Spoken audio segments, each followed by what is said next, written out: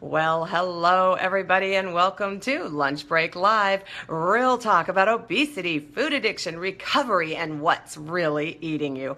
I am Carrie Dela Cruz back at you today with a show that conspicuously does not have the word chapter in it.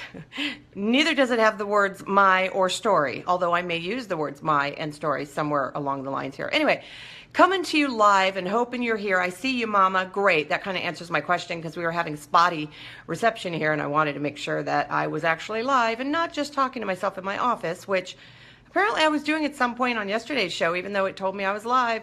It cut me off again. But anyway, thanks for hanging in there, you guys. Thanks for being back with me. And I just want you to know, I have my raincoat on, okay, because, well, it is raining in California.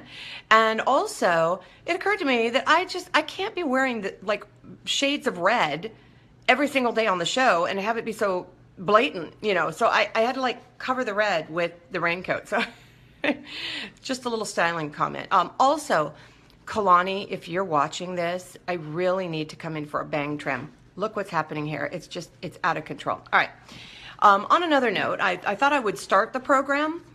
This is a random show today, guys. Okay. I thought I would start the program with some very sage advice. Number one being, never ever use eardrops in your eyes, even though you think you understand what the bottle says in Spanish, because it has words on it that look really similar to other words but mean something entirely different.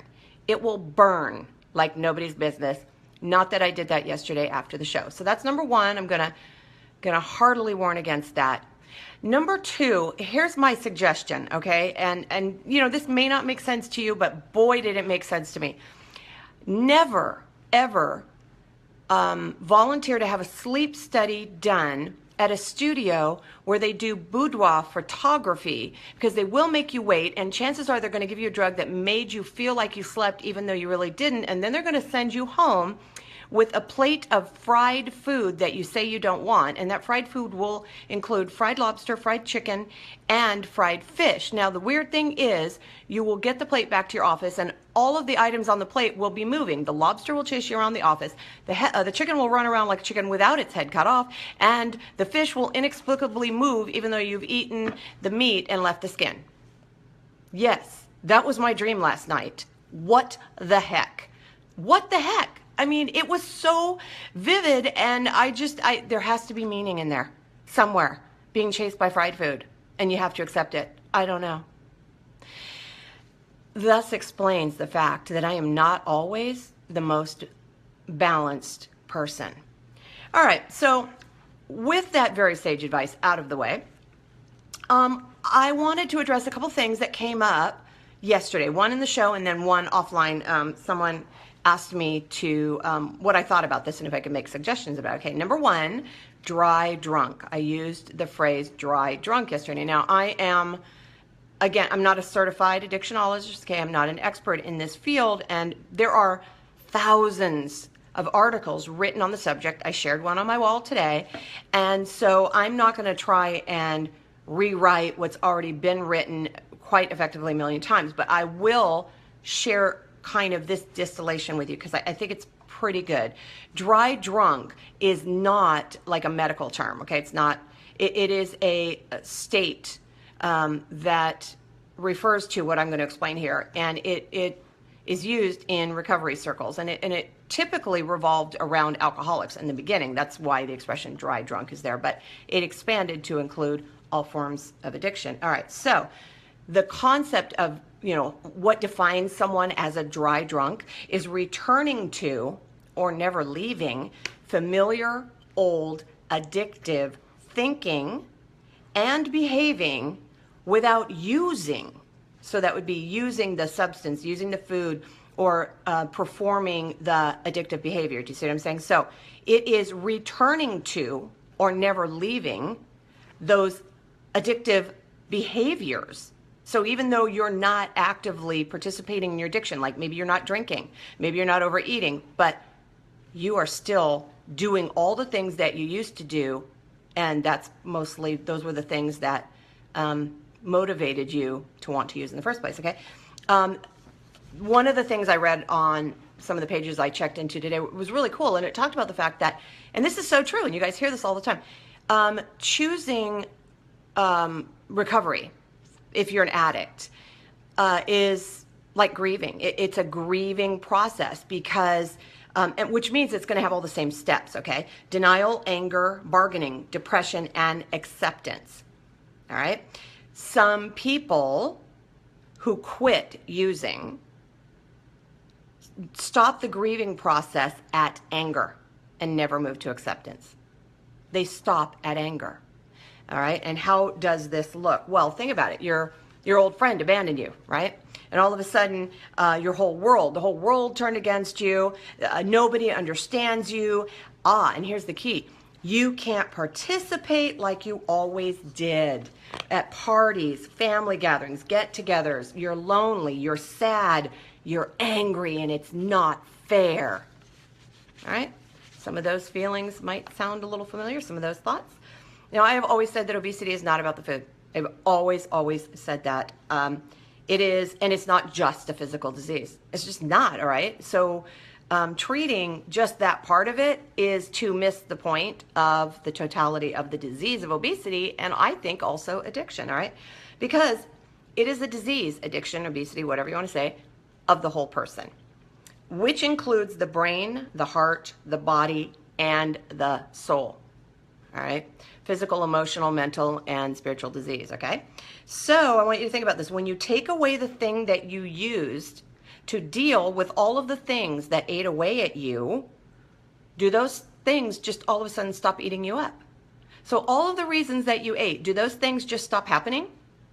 All of the reasons that you were compulsively doing whatever it was that you were doing, whether it was eating or drinking or shopping or gambling or whatever it was, okay? Do those things just stop happening because you stop using or you stop doing those things? All right. Well, we know the answer is no, of course not. Yeah, those things keep eating you up. Do you automatically begin to or even know how to deal with them? So do you just like magically stop drinking and all of a sudden magically know how to deal with the stuff when you didn't even maybe realize that that's why you were drinking in the first place?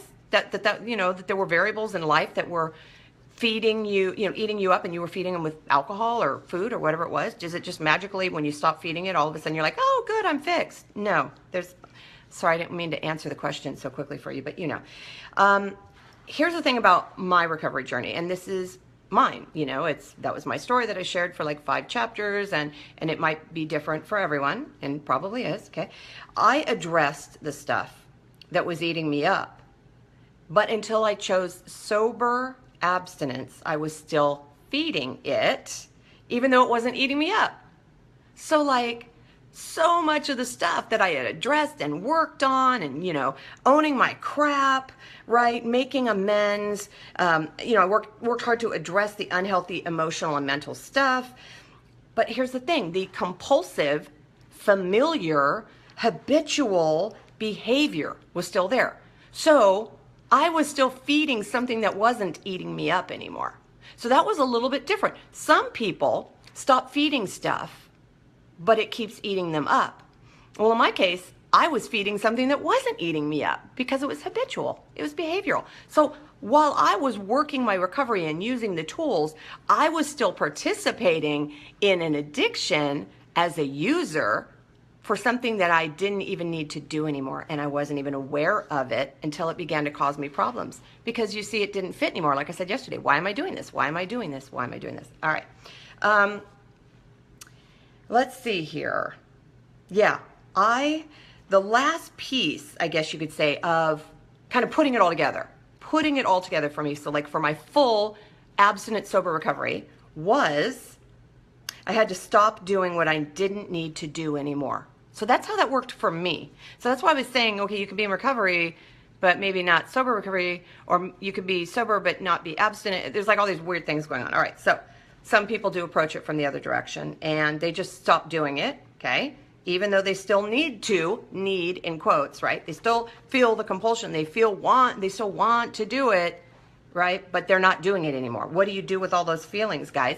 If you don't face the reason that you did it in the first place, what do you do with all that stuff? Where does all of that stuff go? Well, this is where life on life's terms comes in. And you've heard the phrase, you've heard me use it, you've seen it around, life on life's terms. Learning to live life on life's terms, because that's what this is all about. We come to recovery from different places, in different ways, from different perspectives. But we share a common set of goals. And that is to have courage, seek peace, and develop wisdom to deal with life, whatever it gives us, okay? You've heard that recovery is not for those who need it. It's for those who want it. And let me tell you that it can be really frustrating for somebody like me who needed it, wanted it, and grabbed hold of it, because I want everybody to do what I did and have what I have and feel how I feel and think how I think. I want that for everybody because it's so amazing. I want that. So it's really frustrating for me because there's so many people who say and know that they need it and they want it, but then they don't want to do the work for it, or they don't think they can do the work for it, or they don't believe it, or they don't know how. It's so frustrating, okay?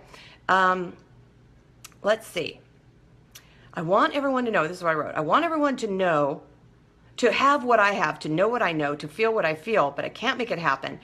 And I cannot understate the significance of the work that's involved in living a life of sober, abstinent recovery. It does not just happen, but it can happen. It is not just for special people. It is for all people. It isn't easy, but it really doesn't have to be as hard as we make it. That's kind of it in a nutshell. Recovery requires courage. That's why I always beckon you guys at the end of every show to have courage. I always wish that for you, lots of it, because it's going to require willingness. Recovery is going to require that courage. It's going to require willingness and acceptance. And that's a biggie. And like I said in the beginning, many dry drunks fall short of that. They cannot accept the realities of their addiction, the whys and wherefores, the reasons in their life, you know, for doing what they did, or they can't accept what they did. You know, they can't accept their crap, you know, whatever. It's really, this can be really tricky business. If you aren't still active in your addiction, but you have addressed the underlying issues for your addiction, you are probably, okay, wait. I got to reread that because, okay. If you aren't still active in your addiction, okay, so you're not using, but have addressed the underlying issues, good Lord, this is what happens when you miss a word in your notes. It makes no sense to anybody, least of whom me. Okay. If you aren't using and you have not addressed the underlying issues, which was for your addiction, the reason you did it, you're probably experiencing the effects of being a dry drunk, and so is everybody else in your life, I promise, okay? So if you aren't using, but you didn't fix your crap, then chances are you're a dry drunk, which only means you're not drinking, but you still really want to. And I have witnessed this firsthand. It's ugly, okay? It is a very destructive thing, the destructive nature of the dry drunk. When you're dealing with an active addict, okay, and they have their crap all over you, you aren't really surprised because they're an addict, and that's what addicts do. They have their crap all over you, right? So you're like, okay, yeah, I get it. He's an addict, jerk, whatever, right? You write it off. But the weird thing is when someone claims to be in recovery and they do the same stuff, they have their crap all over you, just like the addict does, you're like, I don't understand. I mean, like, for example, you're not drinking, so how come you're such a jerk, right? An alcoholic, you look at them and go, oh, well, you're a jerk because you're an alcoholic, and whatever. So it's very confounding for someone who's looking at it going, but I thought you were in recovery. I thought you went to AA meetings or OA meetings or whatever, 12-step, I don't get it. Why do you behave this way? I don't like this. It can be very, very confusing. It was for me in the beginning. When I started seeing it, I was like, I don't get it. You're supposed to have all the answers and have it all together. Well, guess what? Recovery, abstinence, sobriety, full-time job for the rest of your life, forever and ever and ever. You're never cured. It never goes away. It's never fixed. You've never got this. You always have to work it, and you can relapse. So you can relapse into the behaviors, you know, even if you're not drinking anymore, or even if you're not eating anymore, even if you don't gain weight, you can relapse into the behaviors, and then that's not being sober in your recovery, okay? Even if you're not using. Let's see here. If someone, here's what I wrote, if someone is really no different when they're drunk than when they're sober, why stop drinking? It doesn't make a whole lot of sense, does it? Okay. A common phrase in 12-step circles is, if you sober up a horse thief, what do you get? A sober horse thief. Okay? So you didn't address the horse thievery, you just addressed the drinking. Still a horse thief, just not drinking. And how much fun is it? I don't know, if we had horse thieves around us every day, how much fun would that be to be around one? Not much, I'm guessing. So there are lots and lots and lots of unhealthy behaviors that I've had to deal with. And I listed like on the wall some unhealthy behaviors for dry drunks. But here are some that I had to deal with, okay? And I'm on to me, okay? But they're still there. They still rear their ugly head every once in a while, and I have to remind myself, no, deal with this, because that's why, that's the kind of stuff that ate you up before, Carrie. All right, so let's see. Like I mentioned, in my story, my 5-chapter story of resolute recovery, I am really familiar with terminal uniqueness. Yeah, nobody understands me. Nobody's like me. I'm terminally unique. Yeah. Superiority, dealt with that, along with inferiority, but superiority. Self-pitying, victim, and impulsivity, and oh yeah, negativity. Nice things, aren't they? So in sober abstinent recovery, my job is not to feed those things anymore. Not food and not any other kind of addictive substance or behavior. Don't feed those things. Address those things. Face those things. Don't deal with it with shopping or tolerance. Don't tolerate it. Don't tolerate it. In sober abstinent recovery, my job is to feed healthy thinking and feeling and behaving. Okay, I had a thought about this. And this is where it gets kind of weird. I have talked to people before and they're like, oh, but I'm way better than I used to be. I'm way better. I mean, I used to be really, really bad.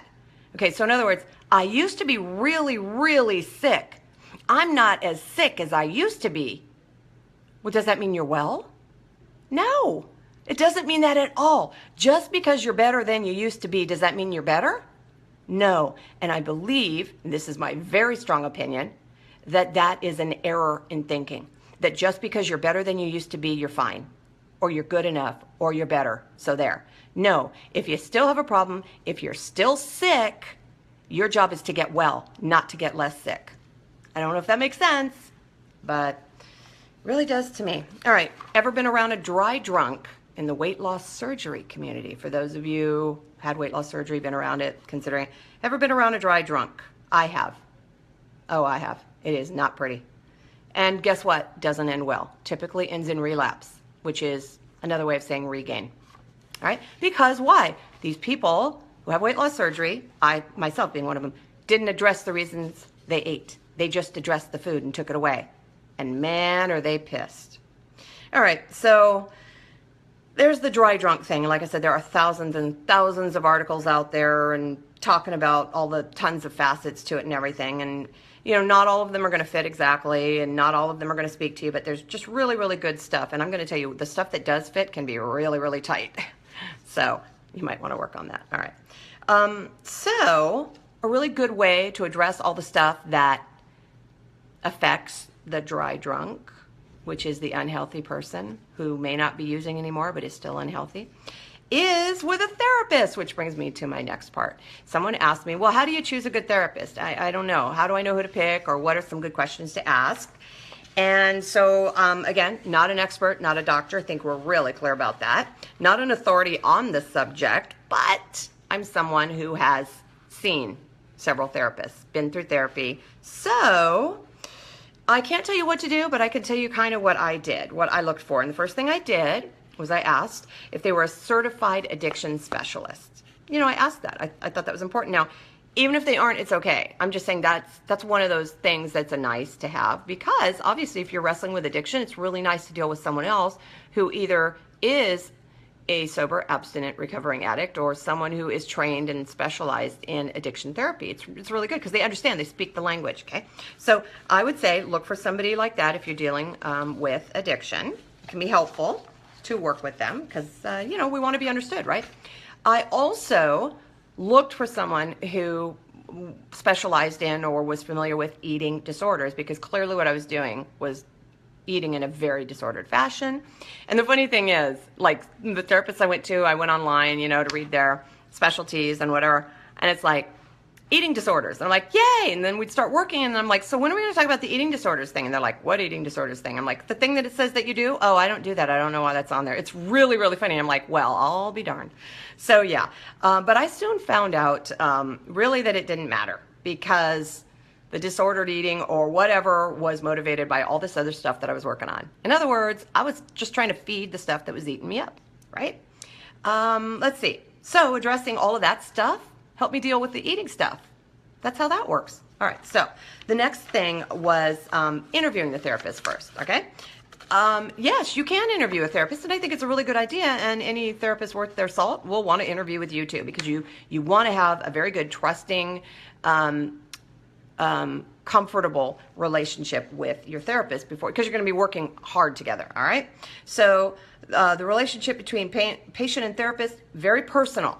Very, very personal. And you want to make sure that you can trust the person sitting across from you. And you want to feel that you have a healthy rapport and that you guys are going to be able to do good work together so that you can work on being a healthier person. All right, so interview them. A lot of therapists, not all of them, will not charge for this. They'll give you like 20 minutes and go, because it benefits them. Mine did not charge me. Some may. I don't know. Can't speak for them. But never a bad idea to say, can we just spend a few minutes talking to see if we get along? Okay, so I think that's a really good part of choosing a therapist. They may or may not charge you, so don't quote me. All right, another thing I learned that was really, really important was what people in psychological circles call family of origins work, which always confused the crud out of me. It really is just like family systems. What'd you grow up around? What was going on around you? You know, what are you used to experiencing or seeing, and how did the people in your life behave? You know, what did they say? What did they demonstrate? What did you see? Stuff like that. Okay, so you work on that stuff. What was going on in your home, your childhood? What influenced you? What were the characteristics of the authority figures in your life? What about your relationship with any siblings, if you have those? You know, a lot of people say, you know what, I don't want to go back to the past because the past was in the past and I'm in the present now and I just, you know, I don't want to go back there. Well, I got news for you. If you haven't addressed this stuff in your past, you're still living it. So this thing that you're calling present, that you're probably overfeeding or, you know, feeding, you know, filling up with booze or whatever, that thing that you're calling the present is your past. You're still living in your past. And I don't know about you, but I don't want to live in my past either. So why don't we address the past so we can live in the present? That's what this is all about. So don't fight with me, okay? All right. Yeah. Let's see. So if you haven't dealt with your past, you're still living it. Bam. All right. Finally, and this just happened to work for me and it may not work for you, and you know, it's not mandatory. I just thought it was kind of a cool thing. Robert was trained in Gestalt. I used to think that was like a really weird sounding thing that was really just weird. I'm like, Gestalt, what the heck is that? I don't know. Well, at one point it came up and he mentioned to me, well, let me see here. Let me write this. It came in handy in my sessions because, from what I know, anyway, I kind of figured this out. It's based on everything from voice to body position, movements, and basically how you present yourself in the moment. So in other words, you know, what words do you use when you're describing an event? What does your face look like? What voice are you using? What are your gestures like? What did your body position change? Maybe you kind of curled up. Maybe you grabbed a pillow and put it in front of you. You know, maybe you closed yourself off or turned away. I mean, there's these subtle little things that we do that we may not be aware of, but when they are perceived by someone who is familiar with them and knows what they're looking for, that gives them a lot of insight into what you're thinking that you may not even know you're thinking. And they're really beginning to understand exactly your role in the event that you're describing, even if you don't understand it. And I think that's pretty darn cool. Now, I'm an actress, so I am pretty aware when I'm rolling my eyes and changing my voice and, you know, how I'm gesturing and how I'm holding my body and all of that stuff. And I usually do it for effect. So if I'm relaying a story about my childhood, chances are I'm going to change my voice. Or if I'm, you know, trying to sound critical or be sarcastic or whatever. I'm going to change my voice, and I'm going to change my body language, and I'm going to change the way I'm presenting myself in a lot of ways because I'm an actress. It's what I do. But it was really, really helpful for Robert to point out to me what I thought I already knew, because it really forced me to connect the dots firmly between when I was doing it and why I was doing it and what my ultimate goal was. Was it a healthy ultimate goal or not? So it was really, really powerful to me. May not work for you. Not necessary to look for that specifically unless that interests you. And I really, really did benefit from it. So Gestalt says that I'm doing more than acting in the moment. I'm actually inhabiting that person. I am reliving it in that moment. And guess what? That was the key to my recovery. I was reliving stuff all the time. And if it wasn't there to relive, I recreated it so I could relive it. That was the root of what I needed to work on, what was eating me up, what I was feeding. That was really the basis for my healthy recovery. So that's that. All right, gave you a basic definition of dry drunk. Told you how I went about choosing a therapist. That may work for you. And I gave you really sage advice about eye drops. Never use eardrops in your eyes. And fried food. And I think that should tide you over till tomorrow, don't you guys think? And that's it. I don't even know how late it is because, man, I've been going long for so many shows. We're right there. I'm cutting it down, people, whittling it down. So that's those are my thoughts. And again, you could do like hours and hours and hours about dry drunks. And I'm not the expert on that, but I'm telling you, I've been around it. I have been on the receiving end of it. It can be very confusing and confounding, especially if you're a neophyte in your recovery and you're looking to someone else and thinking, well, you've been in the rooms for so many years, you must have it all figured out. You must, have this. And yet they're white knuckling it. And you're like, I don't get it. Is that all there is to recovery? Well, I hope not. I hope not. Because really that peaceful serenity that comes with truly accepting life on life's terms, accepting your part of it, accepting your role, accepting the crap from your past, making amends, owning your present, all of that stuff, that is about acceptance, and that can take you so far beyond the unhealthy attitudes and behaviors that you were feeding or that you were drugging or that you were drinking over, okay? That can go a really, really long way. And towards helping you in your sober recovery and helping you to not just be a person who doesn't do the things you used to do, but still feels all the things you used to feel. All right, so that's the bottom line there. So thank you guys so much for being here. I hope I did justice to your questions. I am always willing to talk about stuff more, so throw your questions at me. Thank you again. I did ask you on my wall, what chapter resonated most with you of my story? That wasn't so that I could give myself a pat on the back or yay me, I'm so good. It was, I wanted to hear exactly what it was that you guys were hearing, that was making sense to you, that was giving you a nice foundation for what? That's the other part I want to know. For what? A foundation for what? Does it just sound good and I'm talking and going, yeah, that makes a lot of sense? Or are you going to do something about it? And if you're going to do something, what? So that's about it. That's why I asked that. I'm going to sign off right now because my boss has just walked by my door 4 times. I don't want to make it 5. All right, guys, so I'm going to see you tomorrow. In the meantime, I'm going to remind you all what? To have courage, seek peace, embrace joy, and above all, live your recovery. Live your recovery. Sober and abstinent, please. Remember, you can't stop feeding what's eating you if you don't know what's eating you. And just because you stop doing what you always did doesn't mean it's going to fix how you always felt. So that's it for me, guys. I will see you tomorrow. Hope you could hear me all the way to the end. Bye-bye.